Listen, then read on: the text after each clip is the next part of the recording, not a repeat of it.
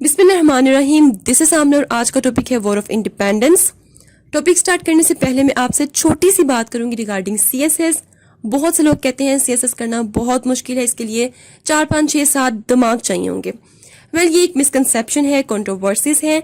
CSS मुश्किल नहीं है, सीएसएस मुश्किल नहीं है। एक लंबा सफर तय करने के लिए आपको जिस तरह एक पहला स्टेप उठाना पड़ता है, बिल्कुल उसी तरह सीएसएस के जर्नी में चलने के लिए आपको एक पहला कदम रखना पड़ता है। विद पेशेंस, विद कंसिस्टेंट आप सीएसएस कर सकते हैं, एंड प्लस मैं कहूंगी स्मार्ट स्टडी के साथ।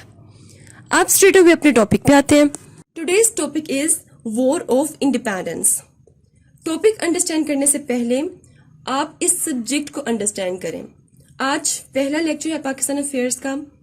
पाकिस्तान अफेयर्स की तैयारी किस तरह की जाती है, मैंने यहाँ पे इसको 4 डिवीजन्स कर दी हैं पाकिस्तान अफेयर्स की।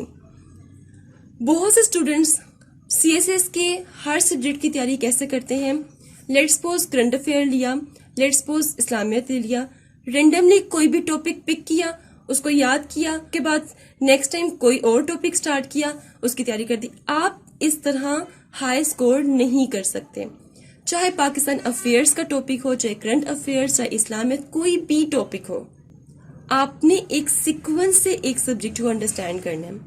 अगर विदाउट सीक्वेंस चलेंगे आप कभी भी किसी भी सब्जेक्ट को अंडरस्टैंड नहीं कर सकते, हाई स्कोर नहीं कर सकते। तो सबसे पहले पाकिस्तान अफेयर्स को अंडरस्टैंड करते हैं। पाकिस्तान अफेयर्स की 4 डिवीजन्स हैं। 1857 में जो डिवीजन है वो है जी एवोल्यूशन ऑफ इस्लाम, इस्लाम की आमद हुई। Then birth of Muslim nationalism 1857-1892।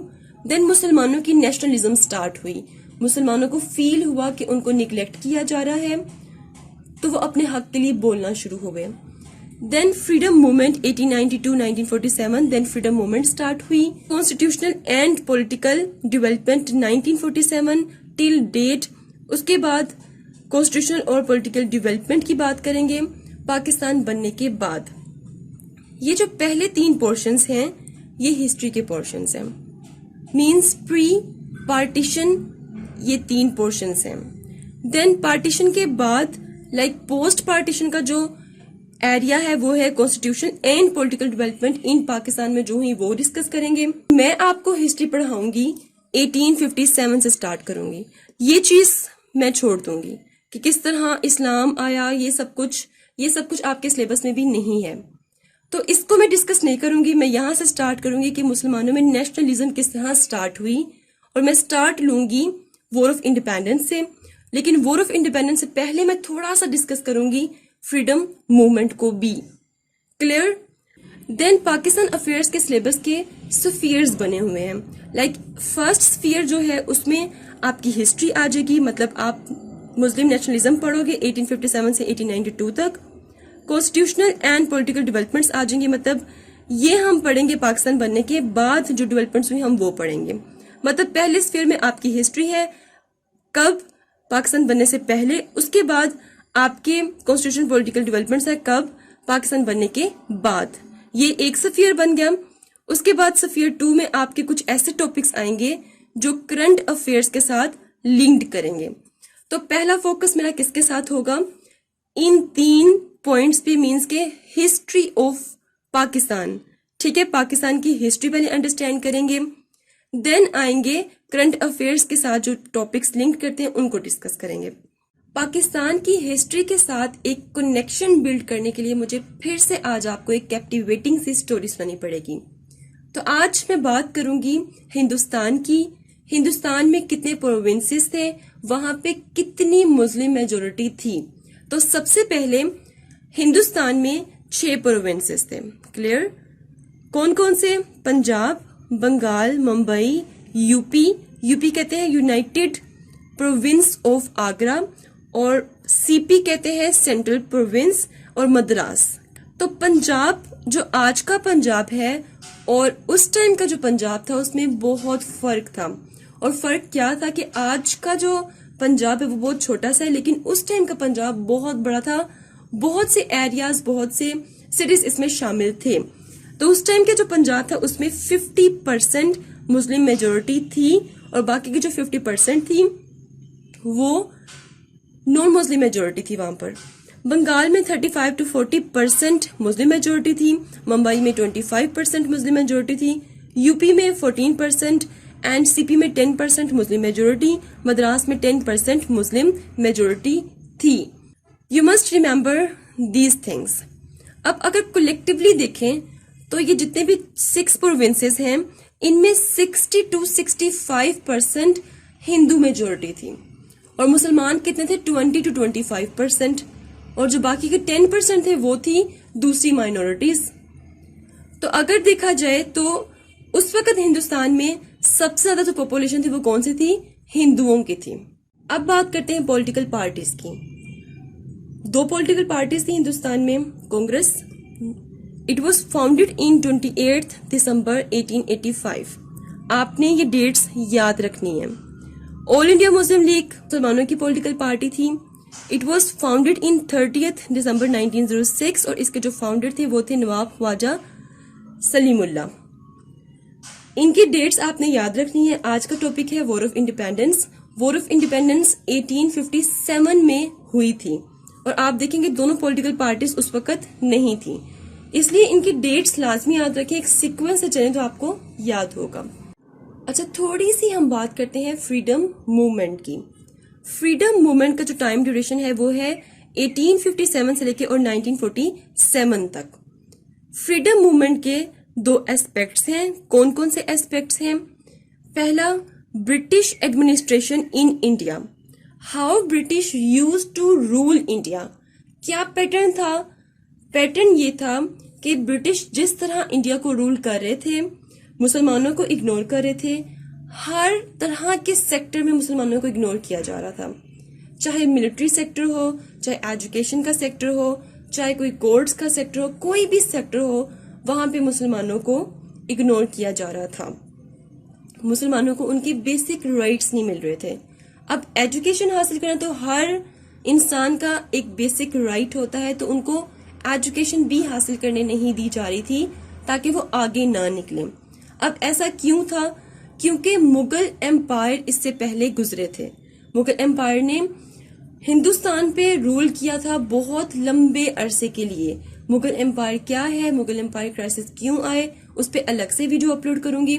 अभी इस वीडियो में आपको सिर्फ इतना अंडरस्टैंड करना है कि मुसलमानों ने हिंदुस्तान में बहुत लंबे अरसे के लिए हुकूमत की थी, जिसकी वजह से ब्रिटिश को ये डर भी था कि कहीं दोबारा से अगर मुसलमानों को आगे आने दिया जाएगा तो कहीं फिर से हमें वो सब कुछ फेस ना करना पड़ जाए। ये भी एक वजह थी फ्रीडम मूवमेंट की। दूसरा एस्पेक्ट क्या है? Demography of India. इंडिया की डेमोग्राफी बहुत मैटर करती थी। जैसे कि अभी मैंने आपको थोड़ी देर पहले बताए हैं, इंडिया में प्रोविंसेस 6 प्रोविंसेस थे और उनमें मुसलमानों की मेजोरिटी कितनी थी वो मैंने आपको क्लियर की है, और ये भी बताया था कि 25% तकरीबन मुसलमान थे 6 प्रोविंसेस में। मतलब मुसलमानों की पॉपुलेशन इतनी ज्यादा नहीं थी। तो अब ये डिसाइड होना था कि जब इंडियन डोमिनियन और पाकिस्तान डोमिनियन बननी थी तो प्रोविंसेस में पॉपुलेशन के अकॉर्डिंग डिवीजन होनी थी।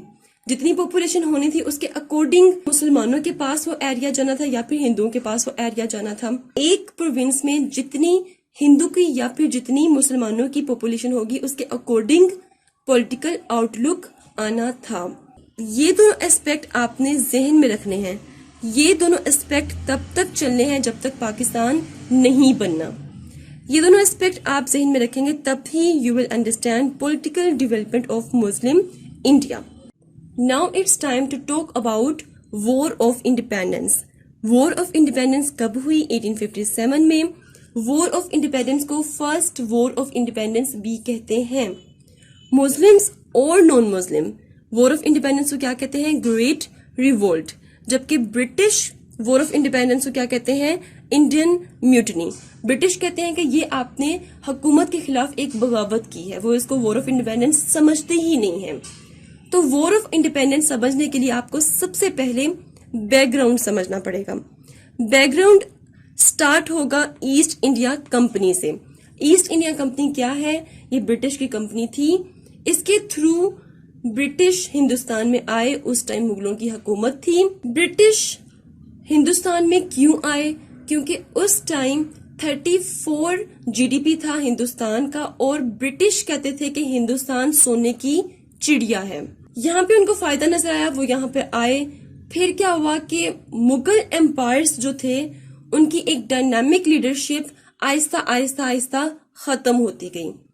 برٹش نے اس چیز کا فائدہ اٹھایا اور اپنی کمپنیز ہندوستان میں کھولنا شروع کر دی مختلف جگہ پر. اب جب ان کی کمپنیز بڑھنا شروع ہو گئی, مطلب ان کا کنٹرول ہندوستان میں بڑھنا شروع ہو گیا. پھر ایک ٹرننگ پوائنٹ آیا, اور وہ ٹرننگ پوائنٹ تھا بیٹل آف پلیسی کا. یہ ایک ایسی بیٹل تھی جس میں نواب سراج الدولہ کو ڈیفیٹ ہوئی. اس کے بعد برٹش نے اپنی کوششیں بہت تیز کر دیں پورے ہندوستان کو کنٹرول کرنے کے لیے. کنٹرول انڈیا ان 200 ایئرز. پھر برٹش نے پورے انڈیا کو اپنے کنٹرول میں لے لیا, اور پورے ہندوستان کو کنٹرول کرنے میں برٹش کو تقریباً 200 سال لگے. کلیئر؟ یہ چھوٹی سی میں نے آپ کو ایک ہسٹری بتائی ہے تاکہ آپ کو انڈرسٹینڈ ہو جائے کہ کس طرح برٹش آئے, کس طرح مغل امپائرز ختم ہوئے, دین بیٹل آف پلیسی ہوئی, دین کس طرح انہوں نے اپنی اسٹرگل کنٹینیو رکھی, اور فائنلی انہوں نے پورے ہندوستان کو اپنے کنٹرول میں کر لیا.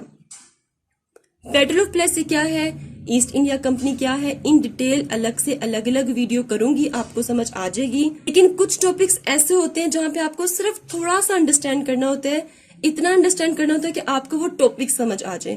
اگر ان ڈیٹیل چلے جائیں گے تو وہ ٹاپک پیچھے رہ جائے گا اور ہم کہیں اور ہی چلے جائیں گے. دین ریزنز آف اپرائزنگ. یہ جو اپرائزنگ ہوئی ہندوؤں کی, مسلمانوں کی اگینسٹ برٹش, کیا اس کی ریزنز تھیں؟ سب سے پہلے ایڈمنسٹریشن. برٹش نے سب سے پہلے کس کو اپنے کنٹرول میں کیا؟ ایڈمنسٹریشن کو اپنے کنٹرول میں کیا.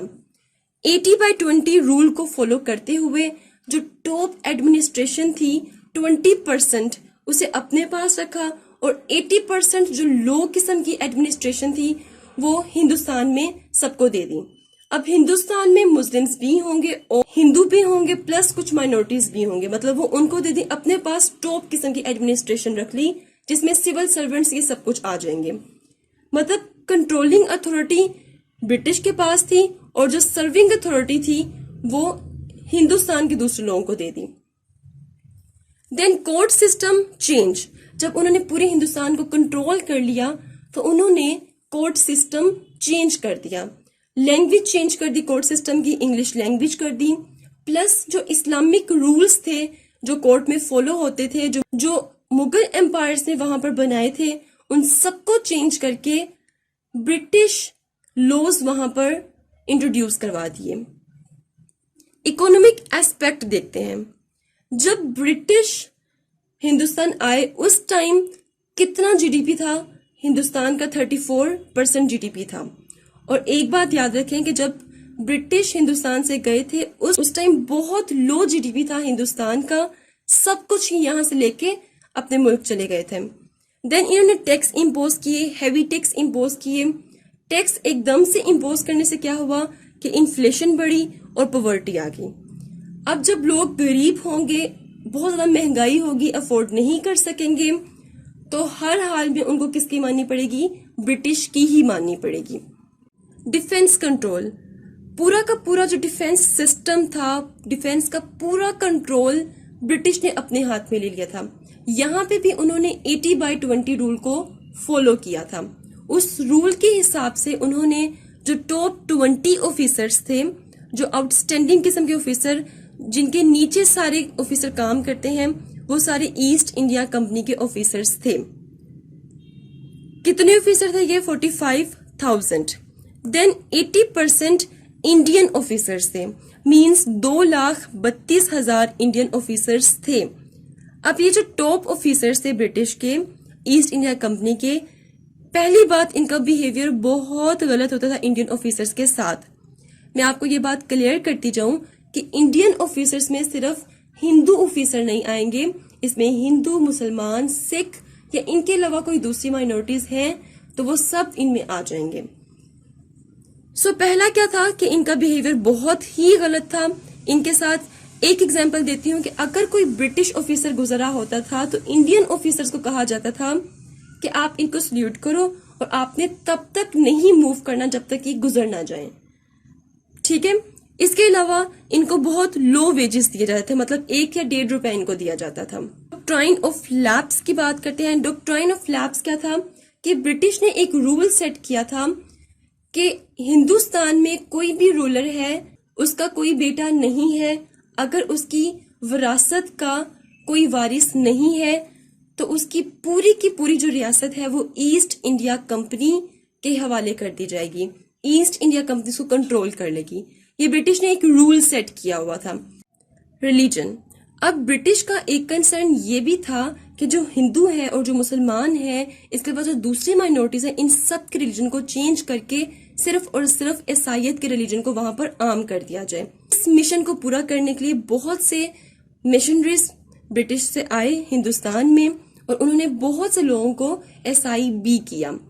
اس کے علاوہ آپ کو میں آلریڈی بتا چکی ہوں کہ برٹش کے کنٹرول کے بعد بہت زیادہ پاورٹی ہو گئی تھی ہندوستان میں. برٹش کی طرف جانے کے لیے مجبور تھے, اور وہ جب بھی اپنے پیٹ کے ہاتھوں مجبور ہو کر برٹش کے پاس جاتے, برٹش ان کو چاول کی بوری, چینی کی بوری, آٹے کی بوری یا کچھ بھی دیتا, لیکن اس بیس پہ کہ ان کو اپنا مذہب چینج کرنا پڑے گا.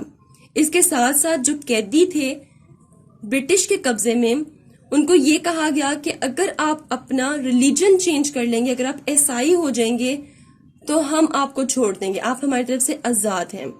مطلب ایک ان کا کنسرن ہندوستان میں اپنے کلچر کو, اپنے ریلیجن کو عام کرنا بھی تھا. یہاں تک کلیئر ہو گیا کہ کیوں اپرائزنگ ہوئی ہے. اب جب اتنی ناانصافیاں ہوں گی تو ہندو اور مسلمان خاموش نہیں بیٹھیں گے, وہ اپرائزنگ کریں گے, ایجیٹیشن کریں گے. دین وائی انڈینس ڈیفیٹ.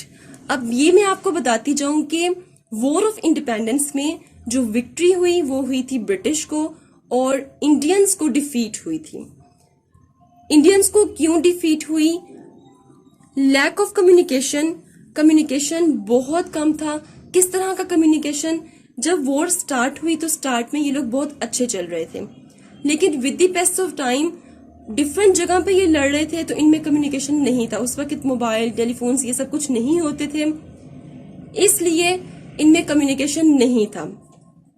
نو ڈائنامک لیڈرشپ. لیڈرشپ بھی نہیں تھی ان میں. ایک ڈائنامک قسم کی لیڈرشپ ہونی چاہیے تھی کسی بھی جنگ کے لیے, لیکن ان میں کسی قسم کی ڈائنامک لیڈرشپ نہیں تھی. Mismanagement and lack of understanding. اب جبکہ برٹش کے اگینسٹ ہندو اور مسلمان لڑ رہے تھے, جیسا کہ ہندوؤں اور مسلمانوں کا مذہب چینج ہے, ان کا کلچر چینج ہے, ان کی سوچ چینج ہے, اس وقت بھی ایک یہ بھی بات تھی کہ ان میں انڈرسٹینڈنگ اس طرح کی ڈیولپ نہیں ہو پائی جس کی وجہ سے یہ جیت جاتے. تو ان میں انڈرسٹینڈنگ کی کمی تھی, اور وار آف انڈیپینڈنس میں مس مینجمنٹ بھی بہت زیادہ تھی جس کی وجہ سے انڈینس ہار گئے. Now last aftermaths of war of independence. جیسے کہ وار آف انڈیپینڈنس میں کس کو وکٹری ہوئی تھی؟ برٹش کو, اور برٹش کے پاس آلریڈی پار بھی تھی. اس کا مطلب کہ اب ہندو اور مسلمانوں کے ساتھ بہت برا ہونے والا تھا. سو مسلمانوں کے جو لاسٹ مغل امپائر تھے ان کے ساتھ بہت برا ہوا, ان کے پورے خاندان کے ساتھ بہت برا ہوا. لاسٹ مغل امپائر کو کیا کیا گیا؟ قید کر لیا گیا, پلس ان کے جتنے بھی خاندان کے وارث تھے ان سب کی گردنیں الگ کر کے ٹرے میں رکھ کے ان کو صبح و شام پیش کی جاتی تھیں. اب باقی جو مسلمان اور ہندو تھے بہت سے لوگوں کو پھانسیاں دی گئیں, اور پھانسیاں دے کر ان کو لٹکا ہی رہنے دیا جاتا تھا تاکہ لوگ دیکھیں, عبرت حاصل کریں, اور لوگ سوچیں بھی نہ برٹش کے اگینسٹ اٹھنے کا, برٹش کے اگینسٹ اپرائزنگ کرنے کے لیے. وار آف انڈیپینڈنس سے ایسٹ انڈیا کمپنی کو بھی بہت نقصان ہوا. دین کوئین وکٹوریہ نے ایک آرڈیننس پاس کیا. اس آرڈیننس کے اکارڈنگ ایسٹ انڈیا کمپنی کو ختم کر کے اس کی جگہ ہندوستان کے پورے سسٹم کو وائسرے کنٹرول کرے گا. مینز ہوں گے سارے برٹش ہی, لیکن اب وائسرے سسٹم آ گیا ہے. تو یہاں پہ ختم ہوتی ہے آج کی کہانی. Do write your questions in comment section below. Hit the like and subscribe button if you haven't yet. ملتے ہیں نیکسٹ ہاٹ ایشو کے ساتھ. انٹل دین مجھے اپنی دعاؤں میں یاد رکھیے. اسٹے ٹیونڈ اینڈ اللہ حافظ.